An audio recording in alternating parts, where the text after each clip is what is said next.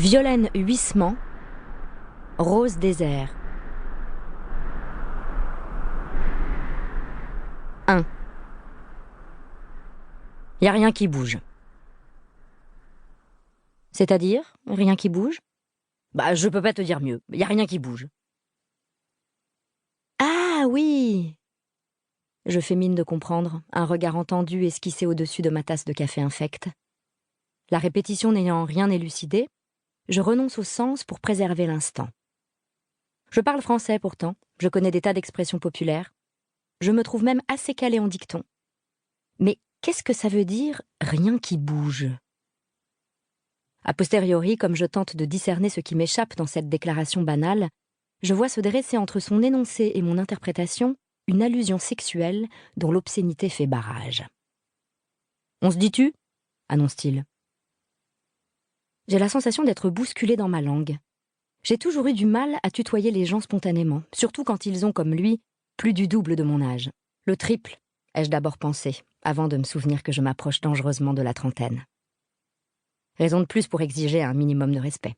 Mais, soit, on se dit tu. Qu'est-ce que tu fous là, toi ? Je visite. Tu visites ? Tu visites quoi ? Y a rien à voir ici. Et tu viens d'où comme ça ? Je lui réponds que j'arrive du Maroc, mais je viens de New York, enfin de France à l'origine. Mais c'est là que je vis, à Brooklyn précisément. Enfin, j'ai fait la route depuis Marrakech jusqu'à Nouakchott, où nous sommes, mais là, je l'ai perdu.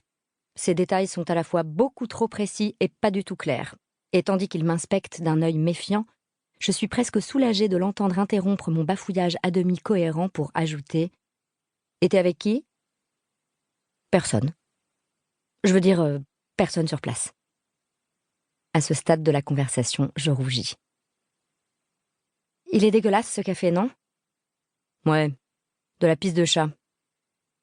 Lui est à la bière. Il est 9h du matin. Le seul endroit où boire un café correct ici, affirme-t-il, c'est la Palmeraie. Je constate, troublé, que son attention se déplace sur mon corps. Je fais de mon mieux pour ignorer l'afflux de tension entre nos tabourets, rester impassible en dépit du tangage du mien, le talon calé contre le repose-pied.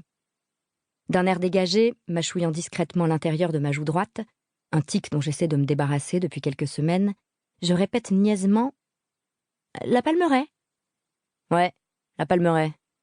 Je t'emmène ?» J'hésite à lui rétorquer que j'ai des projets. Je suis soucieuse de paraître occupée, entourée, mais je m'entends répondre « Oui, ok, avec plaisir. » « Alors on y va ?» conclut-il, sifflant sa bière cul sec. D'accord, je passe prendre mon sac et j'arrive.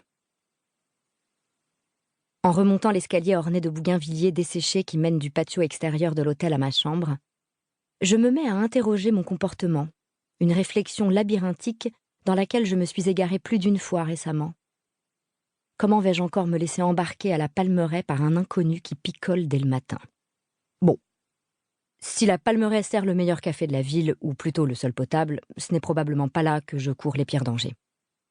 Néanmoins, pourquoi me laisser embarquer ? La question demeure. Elle reste ainsi suspendue dans l'opaque nébuleuse de ce périple, dont la raison d'être ne cesse de s'obscurcir au fil des jours et des escales. Une véritable énigme. Pourquoi avoir entrepris de traverser le Sahara en plein été, sans plan, sans guide, sans programme, que je n'éluciderai sûrement pas à la Palmeraie. Je range mon passeport et mes liasses d'ouguiya dans la poche intérieure de mon sac en cuir jaune, assorti à mon chapeau d'homme en paille tressée, un Stetson, acheté juste avant mon départ, lequel a fait dire à ma sœur « Waouh, j'adore le look out of Africa », alors que je pensais ressembler à la fille sur le Mékong. Pour continuer à écouter ce livre audio gratuitement, cliquez sur le lien dans la description et vous pourrez l'écouter en entier sans frais grâce à l'essai de 30 jours d'Audible.